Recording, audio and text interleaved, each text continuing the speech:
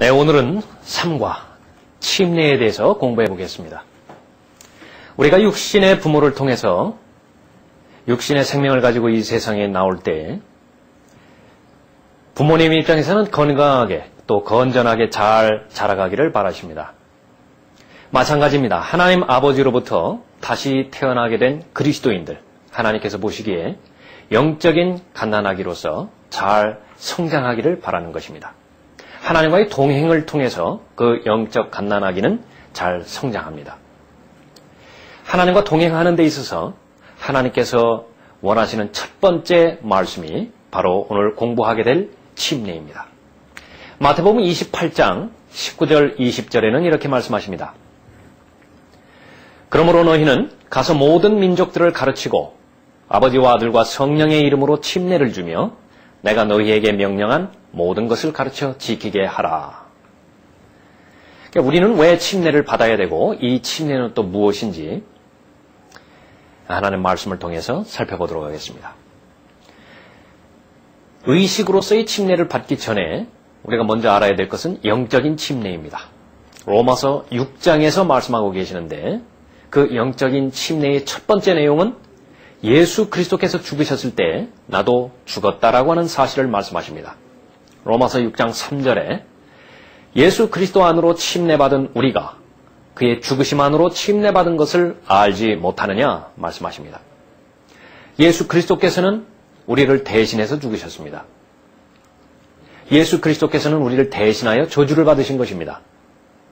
그런데 예수 그리스도께서 묻히셨을 때에 나도 묻혔다고 로마서 6장 4절에서는 말씀하십니다. 그러므로 우리가 죽음 안으로 침례를 받아 그와 함께 장사되었으니 예수 그리스도께서는 우리를 대신하여 죽으셨고 묻히셨을 뿐만 아니라 죽은 자들로부터 다시 부활하셨습니다. 그때 우리도 함께 부활하는 것이라고 말씀하십니다. 6장 5절입니다. 만일 우리가 그의 죽으심의 모양으로 함께 심겨졌다면 또한 그의 부활하심의 모양과 같이 되리라. 자, 이것이 영적 침례인데 영적 침례란 예수 그리스도께서 죽으셨을 때 나도 죽은 것입니다. 예수 그리스도께서 묻히셨을 때 나도 묻힌 것입니다. 또 예수 그리스도께서 부활하셨을 때 나도 부활한 것입니다. 이 침례는 언제 일어납니까? 바로 죄인이 예수 그리스도를 영접할 때 일어납니다. 이 사실을 믿는 것이 성경에서 말하는 믿음입니다. 로마서 6장 11절에서는 이렇게 말씀하십니다.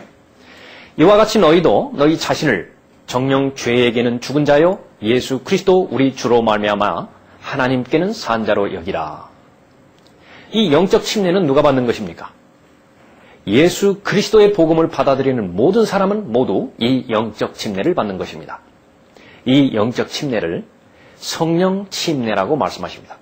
고린도전서 12장 12절 13절입니다.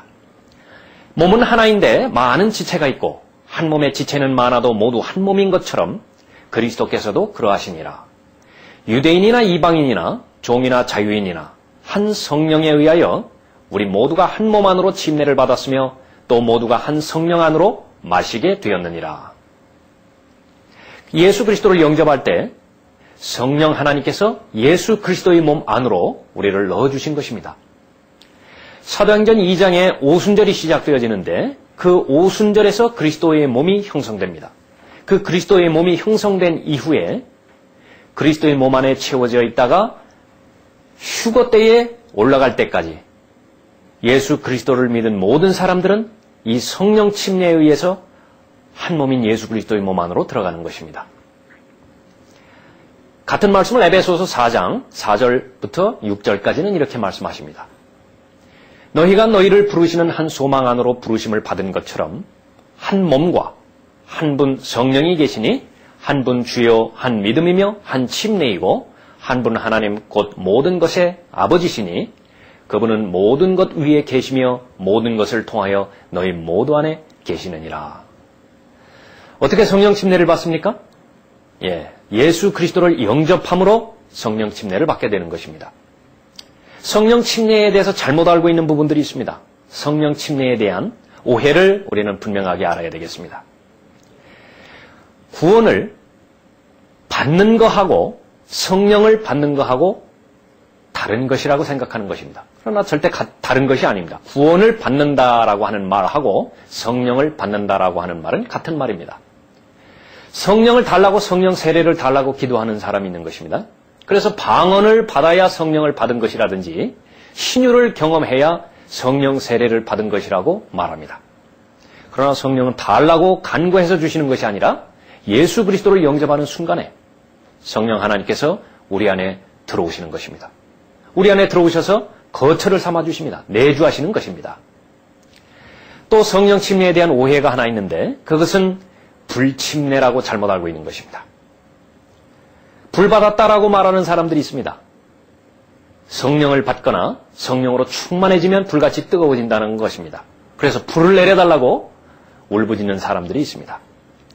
불침례는 마태복음 3장에서 침례인 요한이 성령 침례와 더불어서 함께 언급하고 있습니다. 뭐라고 언급합니까?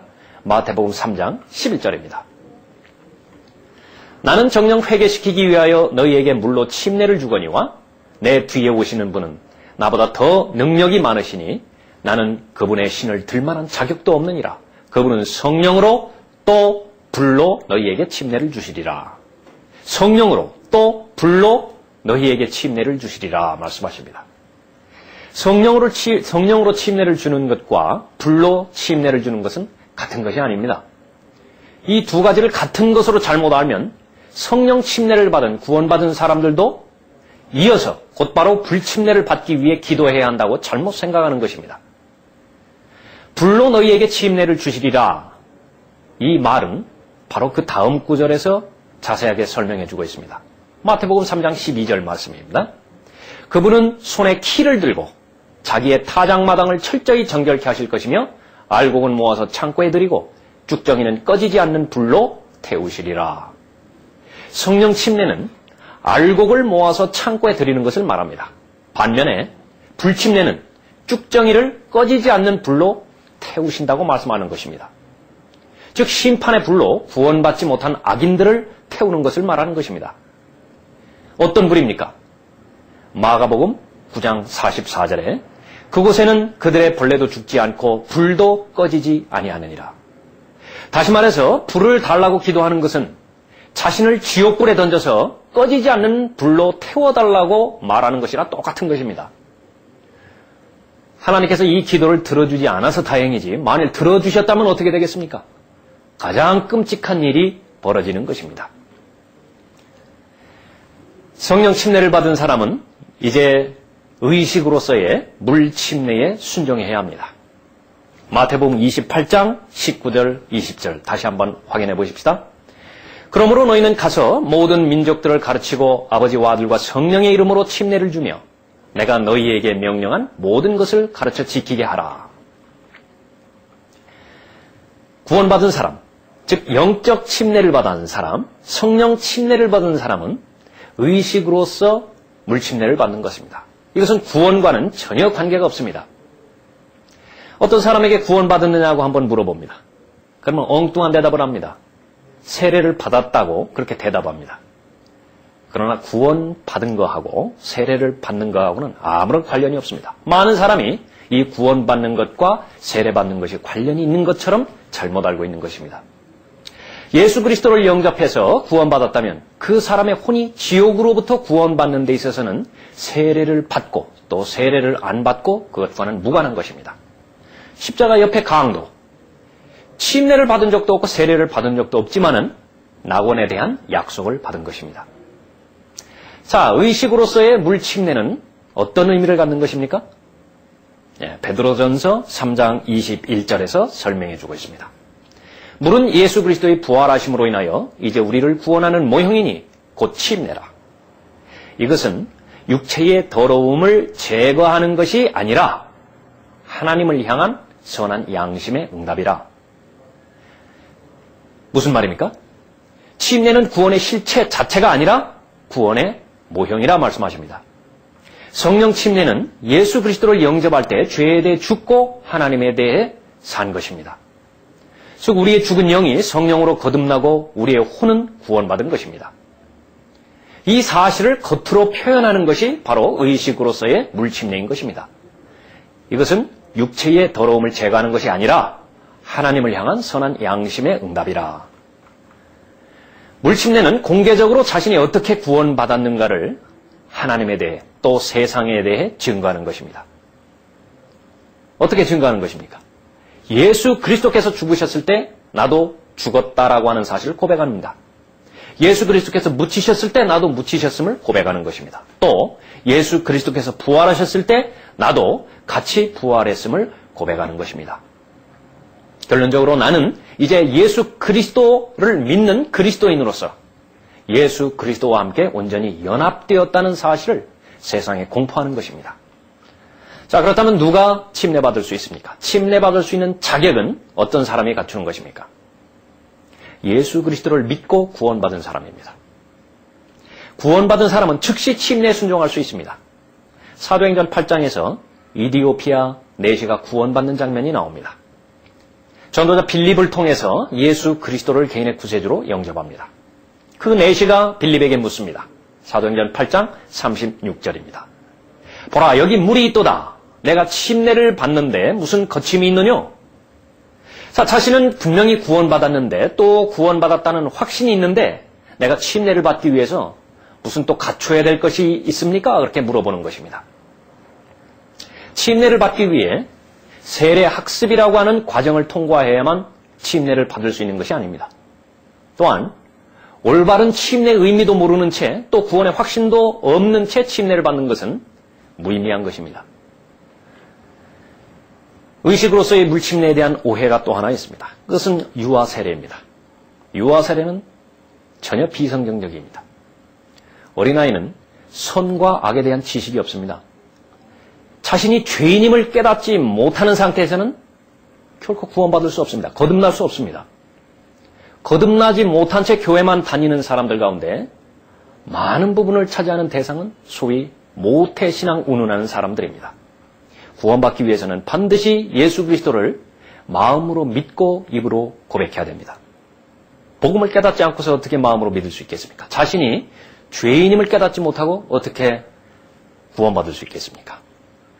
로마서 10장 9절 10절에 내가 내 입으로 주 예수를 시인하고 또 하나님께서 그를 죽은 자들로부터 살리신 것을 내 마음에 믿으면 구원을 받으리라. 이는 사람이 마음으로 믿어 의에 이르고 입으로 고백하여 구원에 이르기 때문이라. 마음으로 예수 그리스도를 믿는다는 말은 그분을 개인의 구세주로 초청하여 영접한다는 말과 같은 말입니다. 어떤 사람은 그렇게 말합니다. 꼭 그 날짜를 기억해야만 됩니까? 영접한 사실 자체, 그것은 인식하고 있어야 됩니다. 그 일이 언제 있었는지 없었는지 그것이 의심스러운 것이라면 거의 일어나지 않은 일에 틀림없습니다. 예수 그리스도를 영접한 일에 대해서 분명한 확신이 없다면 지금이라도 영접하는 것이 훨씬 안전한 사실입니다.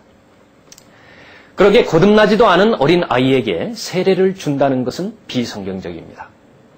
그것은 단지 잘못된 교회의 전통을 따르는 결과일 뿐입니다. 침례는 어떻게 받습니까? 물에 잠겨서 받습니다. 마태복음 3장에서 예수 그리스도께서 침례를 받으시기 위해 요단강에 내려가는 내용이 나옵니다. 마태복음 3장 13절에 그때에 예수께서 갈릴리로부터 요단강에 있는 요한에게 오셔서 그에게 침례를 받으려 하시더라. 침례를 받으시고 그 다음에는 물에서 올라오십니다. 마태복음 3장 16절에 예수께서 침례를 받으시고 물 속에서 올라오시니 예수께서 침례를 받으셨을 때 물 속에 잠기신 것입니다. 또 한 예가 아까 언급했던 사도행전 8장의 이디오피아 내시입니다. 역시 침례를 받기 위해 물속으로 내려갔다가 물에 잠깁니다. 침례를 받고 물속에서 올라오는 것을 알 수 있습니다. 사도행전 8장 38, 39절에 이렇게 기록되어 있습니다. 그리고 나서 그가 마차를 세우라고 명한 다음 빌립과 내시가 둘 다 물로 내려가서 빌립이 그에게 침례를 주니라. 그들이 물 속에서 올라오자라고 말합니다. 왜 물에 잠기는 것입니까?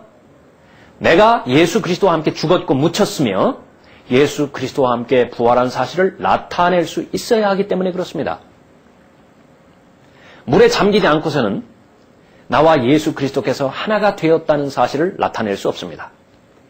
골로새서 2장 12절에 너희가 침례로 그와 함께 장사되었고 또 하나님께서 그를 죽은 자들로부터 살리신 역사를 믿음으로 말미암아 너희도 그와 함께 살아났느니라.